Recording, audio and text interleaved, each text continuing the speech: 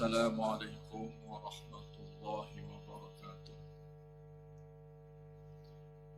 إلى حضرة النبي المصطفى رسول الله صلى الله عليه وسلم وآله وأصحابه أجمعين، وإلى أرواح والدنا ومشايخنا ولجميع المسلمين والمسلمات والمؤمنين والمؤمنات. الفاتحة. أعوذ بالله من الشيطان الرجيم. بسم الله الرحمن الرحيم.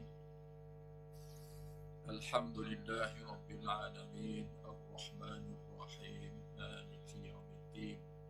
إياك نعبد وإياك نستعين. اهدنا الصراط المستقيم صراط الذين أنعمت عليهم غير المغضوب عليهم ولا الضالين.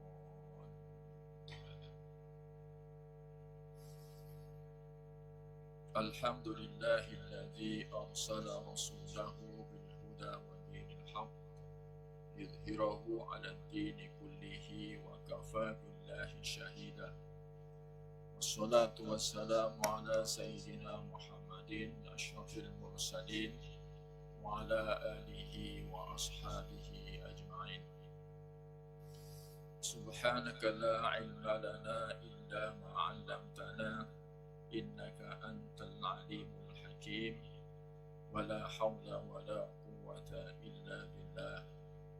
رب اشرح لي صدري ويسر لي أمري واحلل عقدة من لساني يفقهوا قولي. اللهم افتح علينا حكمتك وانشر علينا من خزائن رحمتك يا أرحم الراحمين. Tuan-tuan dan puan-puan para hadirin yang dikasihi, alhamdulillah kita bersyukur kepada Allah Subhanahu wa taala di atas segala nikmat yang dilimpahkan kepada kita yang tidak terhingga banyaknya. InsyaAllah malam ini kita membincangkan satu lagi adab dalam berkata-kata ataupun berbicara.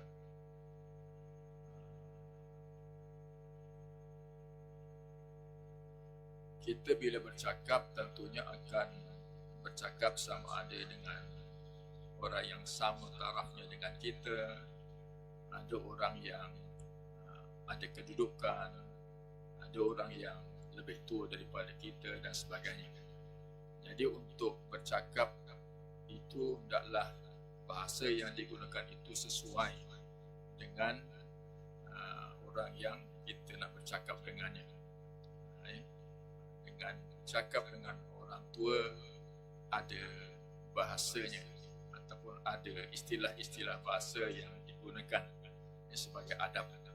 Bercakap dengan orang yang ada kedudukan, ada bahasa, ada istilah-istilahnya yang digunakan. Saya teringat dulu masa saya di peringkat kanak-kanak selalu diingatkan oleh ibu saya bercakap dengan orang tua gunakan bahasa halus. Orang Jawa ni ada dua bahasa, bahasa kasar dan bahasa halus. Jadi nasihat ibu saya bercakap dengan orang tua gunakan bahasa halus. Bercakap dengan orang yang ada kedudukan, cakap dengan bahasa halus.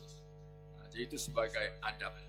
Jadi rupa-rupanya hal ini ada dalam Islam berdasarkan kepada hadis-hadis Nabi SAW yang dinyatakan oleh Imam Ghazali dalam kitabnya yang kita baca ini, yang kitab Ihya Ulumuddin.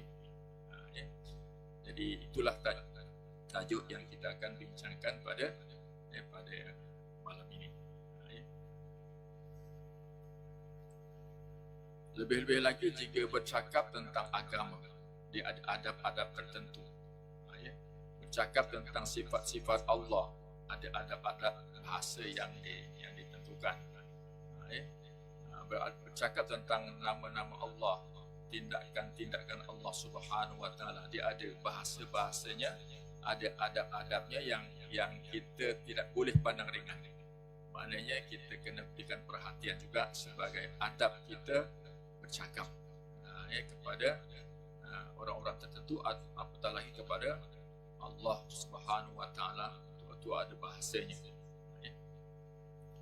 Jadi ulama tidak memandang ringan perkara tersebut.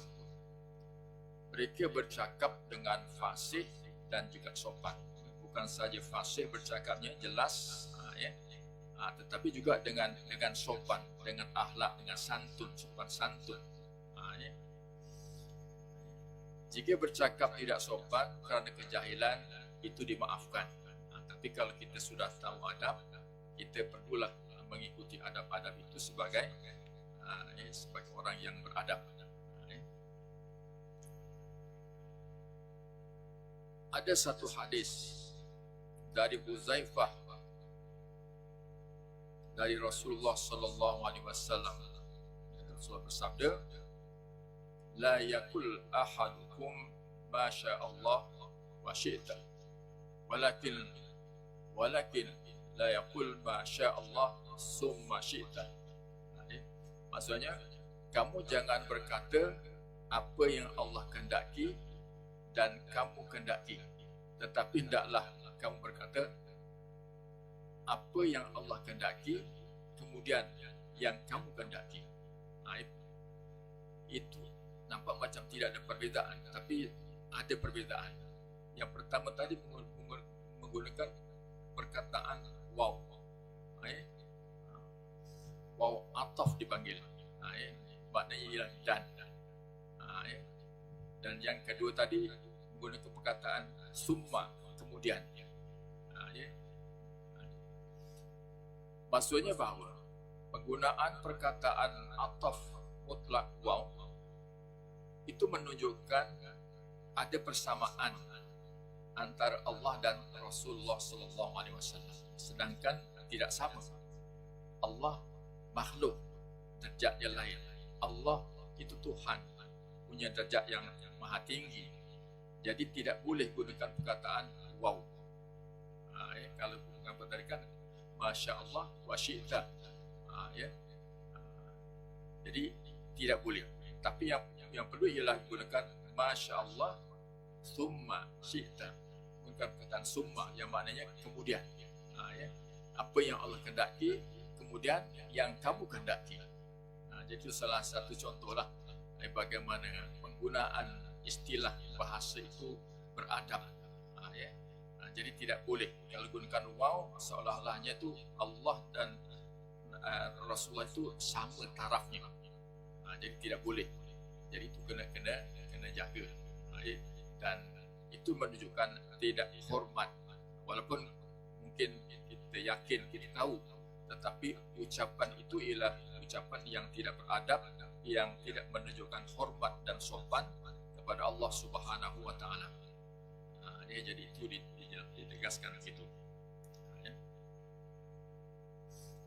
Jadi nampak pada zahirnya perkara tersebut tidak ada apa-apa kesalahan, tetapi jika diperhatikan kata-kata tersebut tidak menunjukkan kesopanan. Jadi itu hadis yang pertama. Satu lagi hadis, seorang lelaki memberi ucapan di hadapan Rasulullah sallallahu alaihi wasallam. Ucapan itu may yuti'illah wa rasuli faqad rasyada wa may ya'tasimuhuma faqad ghawa. Siapa yang taat kepada Allah dan Rasulnya, sesungguhnya dia mendapat petunjuk, dan siapa yang menderhaka keduanya, maka sesungguhnya itu sesat. Jadi apa yang nak ditegaskan di sini ialah Rasulullah menegur ucapan tadi itu dengan sabdanya kul may ya'sillah wa rasulahu faqad ghawa. Itu cara dia. Maksudnya siapa yang menderhaka Allah, siapa yang menderhakai Allah dan Rasulnya, maka sesungguhnya ia sesat. Maksudnya baginda sallallahu alaihi wasallam tidak mahu menggunakan perkataan yang simuhuma. Bukan perkataan huma, itu tak mahu. Itu adalah tidak beradab. Mana menderhakai keduanya, derhaka kepada Rasul dan Allah. Menggunakan perkataan huma, seolah-olah itu derajatnya sama antara Rasulullah dengan Allah Subhanahu Wa Taala. Jadi tidak boleh begitu. Tidak sepatutnya begitu. Jadi mana kerana perkataan itu memberi arti bersamaan taraf dengan baginda sallallahu alaihi wasallam. Baginda itu dengan Allah Subhanahu Wa Taala.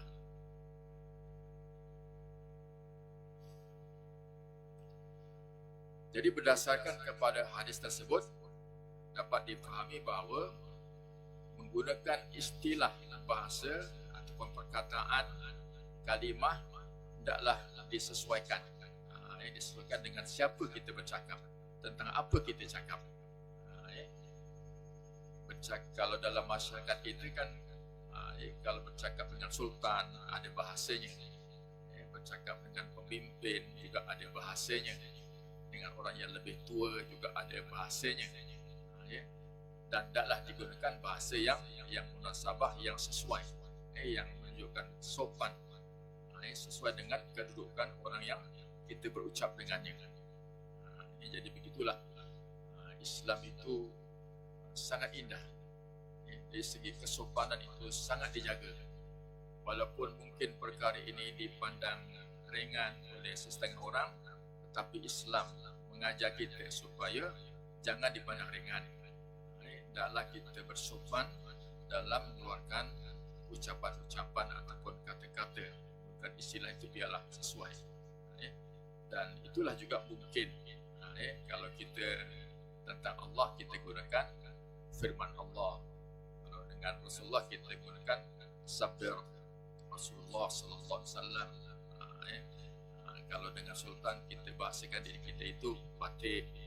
Itu semuanya itu menunjukkan tentang kesopanan dalam kita berbicara. Dan kita kena tidak boleh pandang ringan tentang hal ini sebagai seorang yang beradab.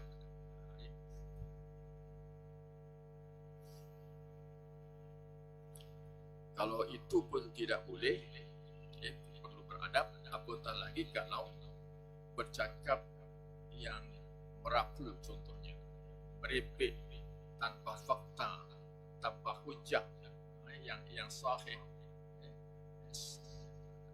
semata-mata andaian yang tidak pasti kebenarannya, itu lebih lagi lah, lebih patut untuk dijauhi. Jadi itulah pengajaran daripada apa yang dinyatakan tadi.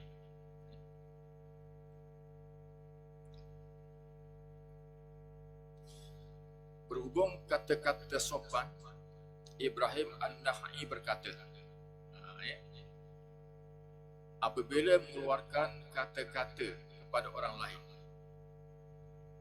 umpamanya hai keldai, hai khinzir, nescaya dikatakan kepadanya pada hari kiamat, keldaikah yang engkau lihat aku jadikan, kata Allah, khinzirkah yang engkau lihat aku jadikan. Nampak perkara seperti biasa, namun akan dipertanggungjawabkan. Kata-kata seperti itu dipertanggungjawabkan di akhirat nanti. Adalah tidak wajar memanggil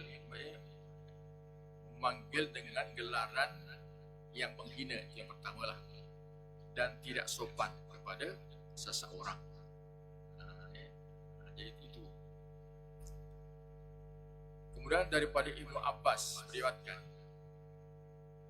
sesungguhnya menyengutukan Allah orang yang berkata, kalau tidak kerana anjing ini, nescaya malam tadi rumah aku berlaku kecurian.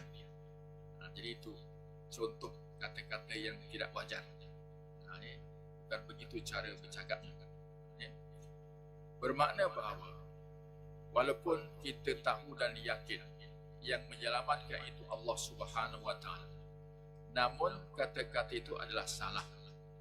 Kerana kata-kata itu difahami bahawa yang menyelamatkan itu adalah anjing, bukannya Allah Subhanahu Wa Taala. Jadi itu kalau didengar oleh orang yang tidak memahami sebenarnya, dia akan berpahaman begitulah. Jadi ini menimbulkan fitnah akhirnya. Jadi ini tidak sewajarnya begitu. Saya masih ingat dalam tahun-tahun 80-an dulu ada satu orang Ustaz Ghazali namanya. Kata tidak boleh kita cakap doktor itulah yang menyembuhkan sakit aku. Tak boleh cakap macam itu. Ataupun polis itulah yang menyelamatkan harta benda aku. Jadi cakap-cakap yang seperti ini ada cakap yang tidak sopan dan itu merupakan kata-kata yang ada unsur-unsur syirik. Jadi ini ditegah. Jadi nampak macam tak ada apa-apa, macam perkara biasa, perkara ringan. Tetapi sebenarnya kalau diperhatikan, dihalusi, perkara ini ada ciri-ciri kesyirikan. Kalau kita semua yakin yang menyembuhkan itu ialah Allah, yang menyelamatkan itu ialah Allah. Walaupun kita yakin memang Allah yang menyembuhkan, yang menyelamatkan, tapi kata-kata itu salah. Kata-kata itu ialah kata-kata yang menunjukkan tidak beradab. Jadi itu di antaranya lah yang disebutkan oleh Ustaz Ghazali. Satu ketika dululah, tak lama.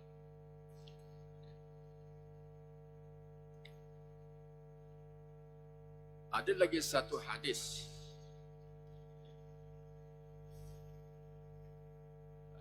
dari Sayyidina Umar, dari Rasulullah sallallahu alaihi wasallam, inna Allah ta'ala yanhakum an tahlafu bi abaikum, man kana khalifan falyahlif billah aw liyasmut.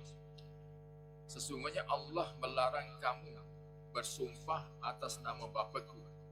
Siapa yang mahu bersumpah, maka bersumpahlah atas nama Allah ataupun diam.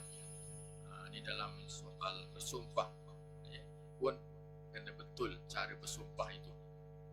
Jadi jangan menggunakan perkataan-perkataan yang salah dalam kita bersumpah. Sayyidina Umar radhiyallahu anhu selepas mendengar hadis tersebut tidak pernah bersumpah atas nama bapanya atau bersumpah atas nama selain daripada Allah Subhanahu Wa Taala. Memang mungkin dulu budaya orang jahiliah itu begitu. Bersumpah itu dengan menyebut nama orang-orang tertentu ataupun perkara-perkara tertentu.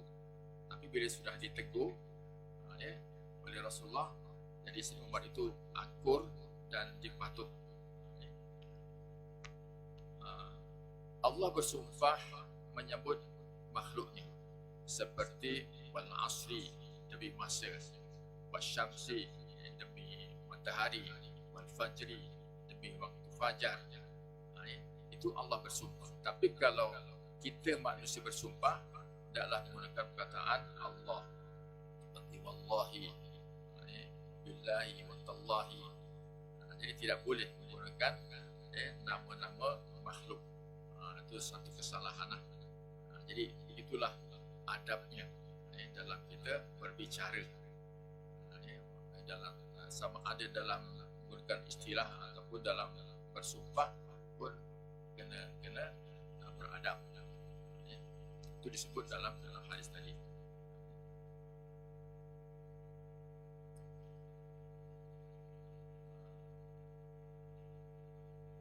Satu lagi hadis dari Abu Hurairah dari Rasulullah sallallahu alaihi wasallam.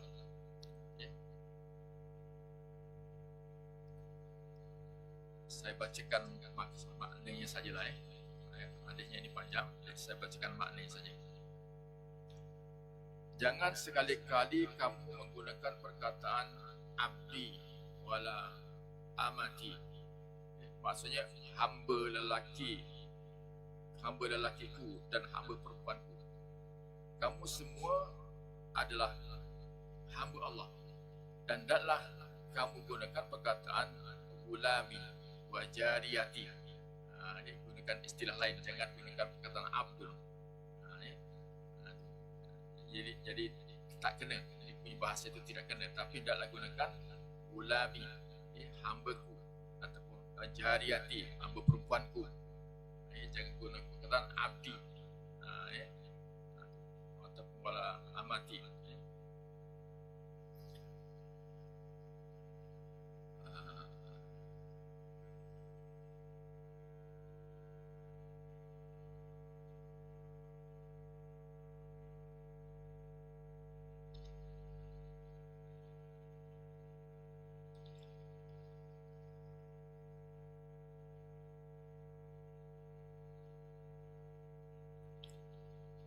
Satu lagi hadis Rasulullah sallallahu alaihi wasallam, la taqulu lil fasik sayyiduna fa innahu iyakun sayyidukum faqad askhatakum bi rabbikum. Maksudnya, jangan kamu berkata kepada orang fasik sayyidina, tuan kami. Sesungguhnya kalaupun tuan kamu, maka kamu sudah membuat kemurkaan Tuhan kamu. Ini satu lagi lah, dalam menggunakan perkataan sayyiduna kepada orang yang fasik, maknanya tuan kami. Mungkin kita bekerja dengan satu majikan, dan majikan itu orang bukan Islam, lalu kita pun gunakan perkataan tuan, tuan kami, itu sebenarnya dilarang.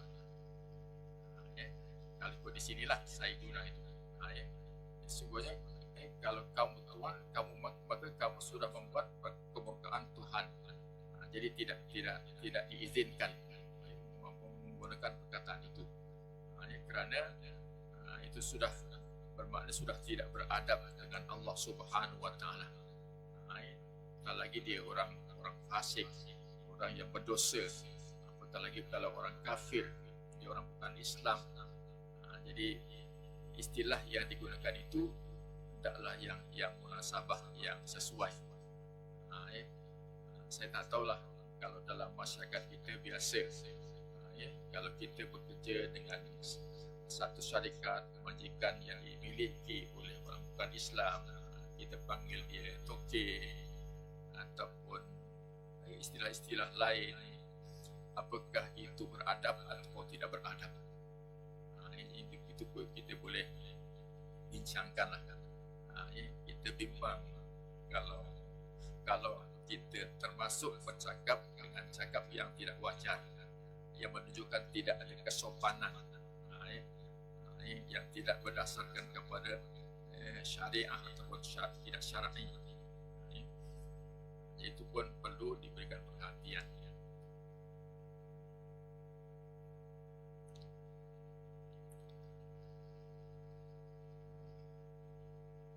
Ada satu lagi hadis sabda Nabi sallallahu alaihi wasallam, man qala ana bari'un minal Islam fa in kana shadiqan fa huwa kama qala wa in kana kadiban falyarji' ila Islam saliman.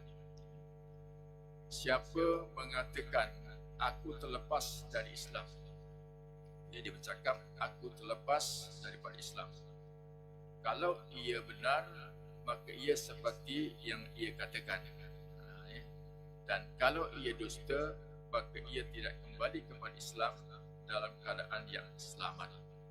Jadi itu bahayalah, kalau cakap sampai begitu bahaya. Apa yang tersebut di atas adalah sebahagian dari contoh-contoh tidak sopan yang berbahaya. Ini bukan sesuatu yang berbahaya yang dan menjejaskan keselamatan.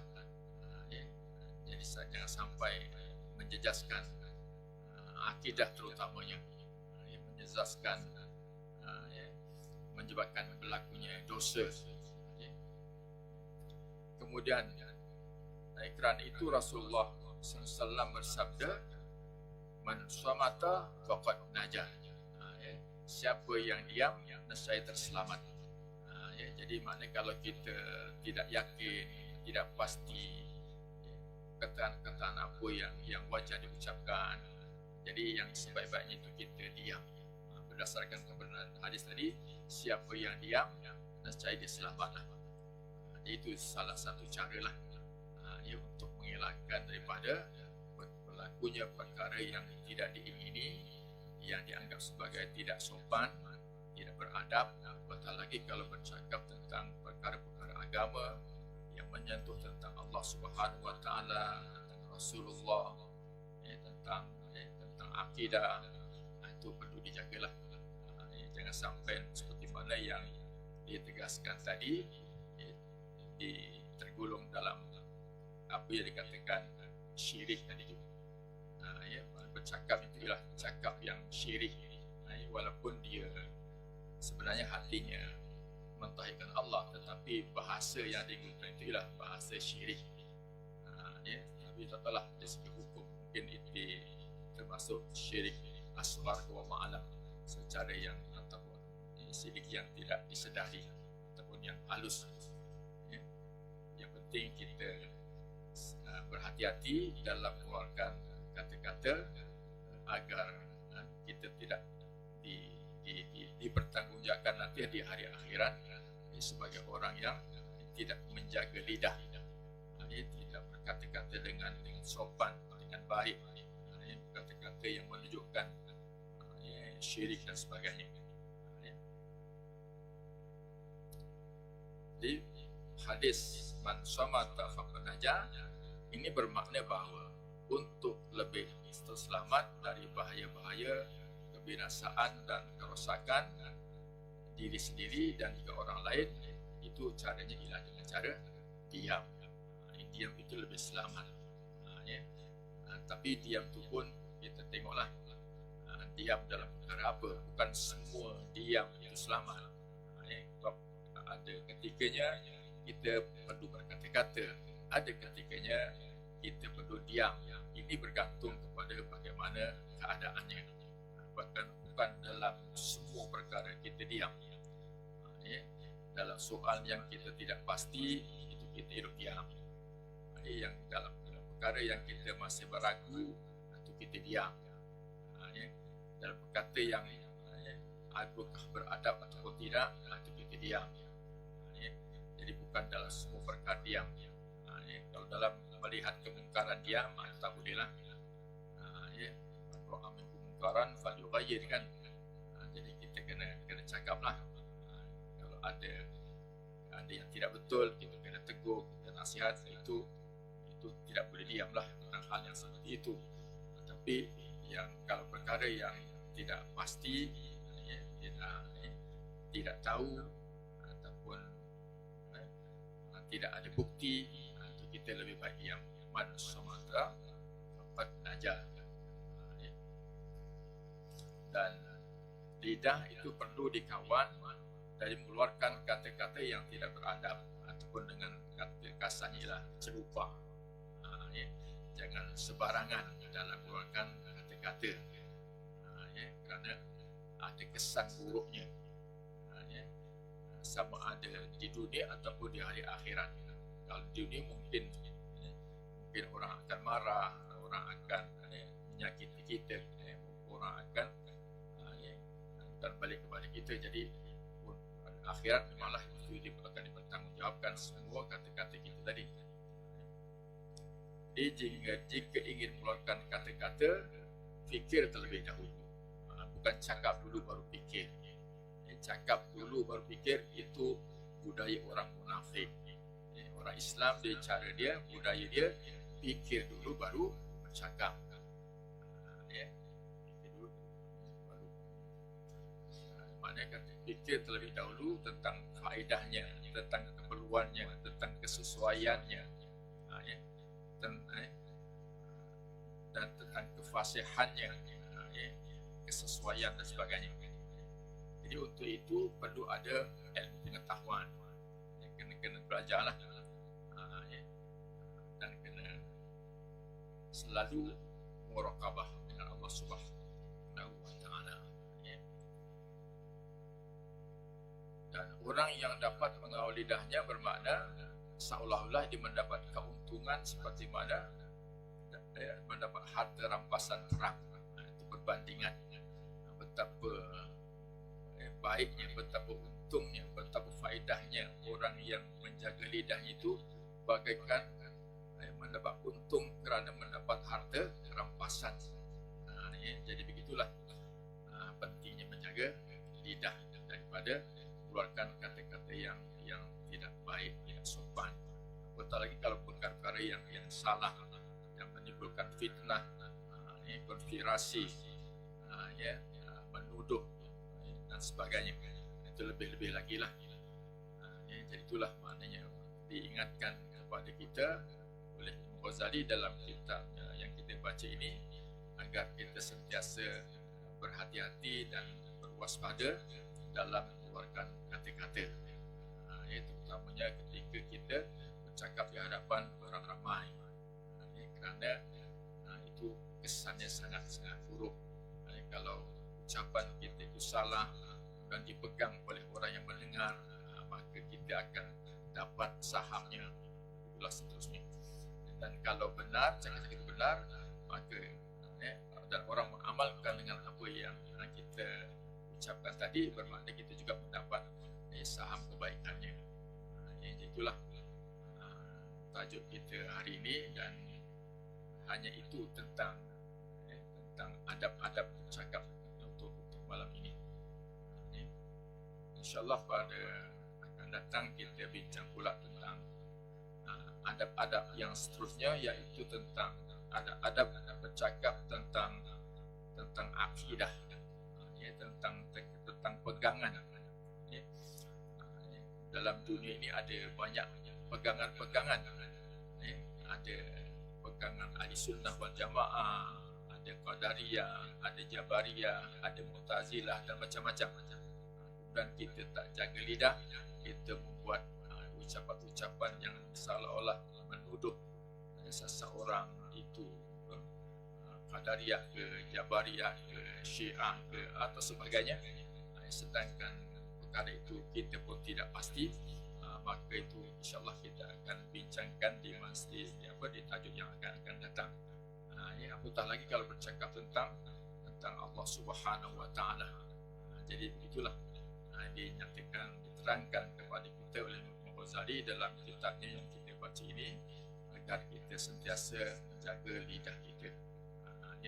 Mudah-mudahan kita semua dapat memahami apa yang diterangkan oleh Imam Ghazali ini, dan insyaAllah kita beramal dengannya.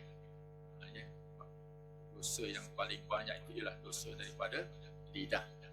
Dalam anggota kita yang panca indera kita ini, yang paling banyak dosa ialah dosa daripada lidah.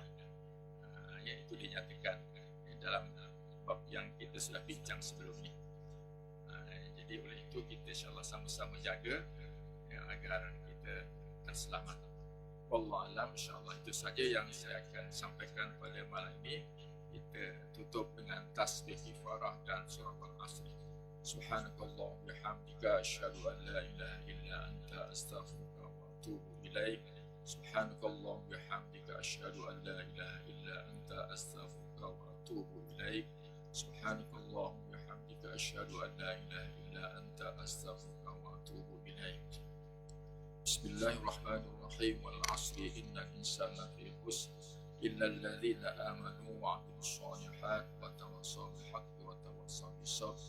Assalamualaikum warahmatullahi wabarakatuh.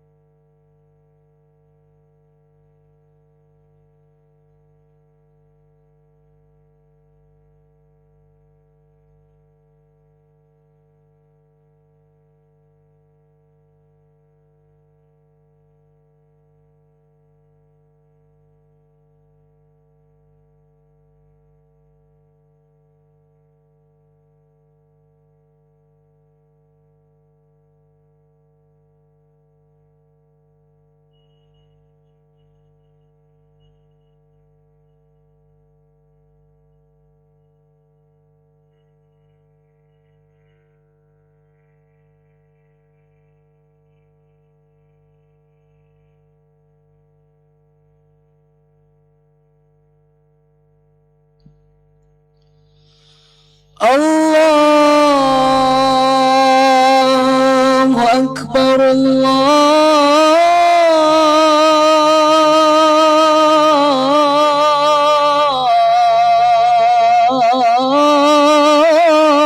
الله أكبر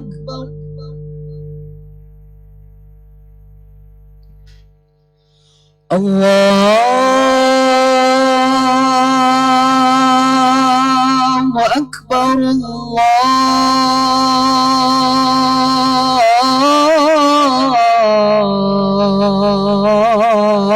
الله أكبر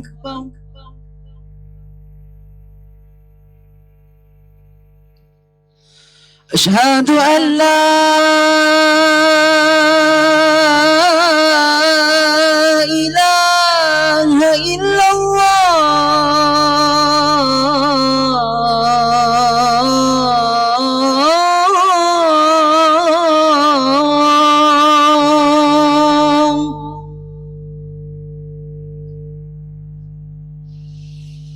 أشهد أن لا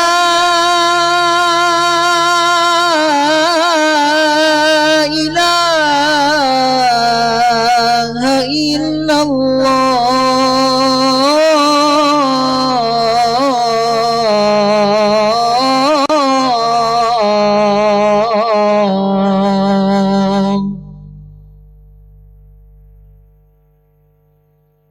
أشهد أن محمد رسول الله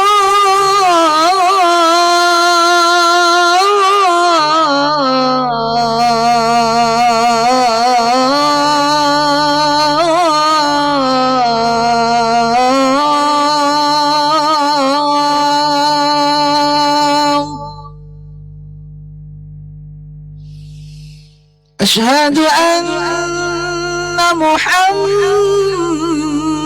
رسول الله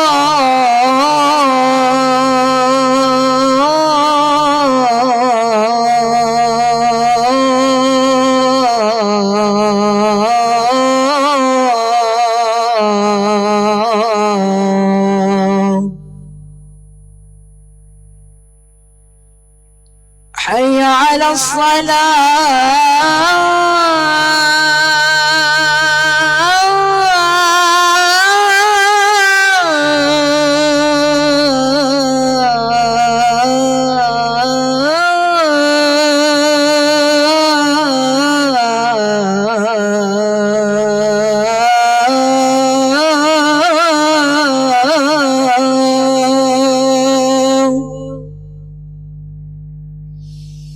حي على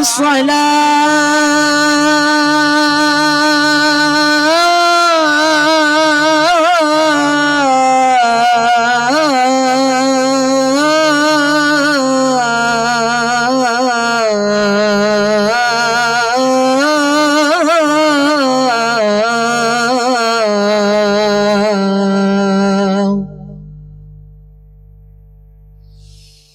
حي على الفلاح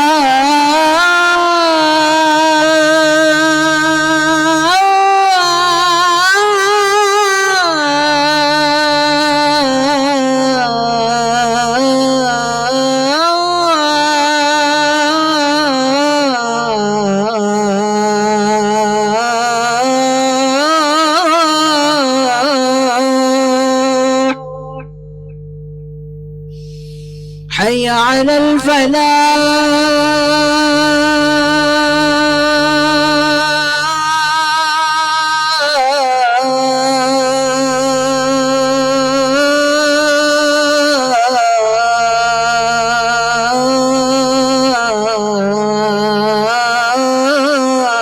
الفلاح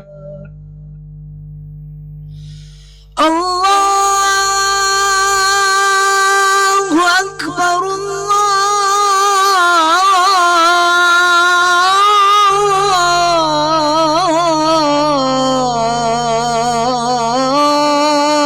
الله أكبر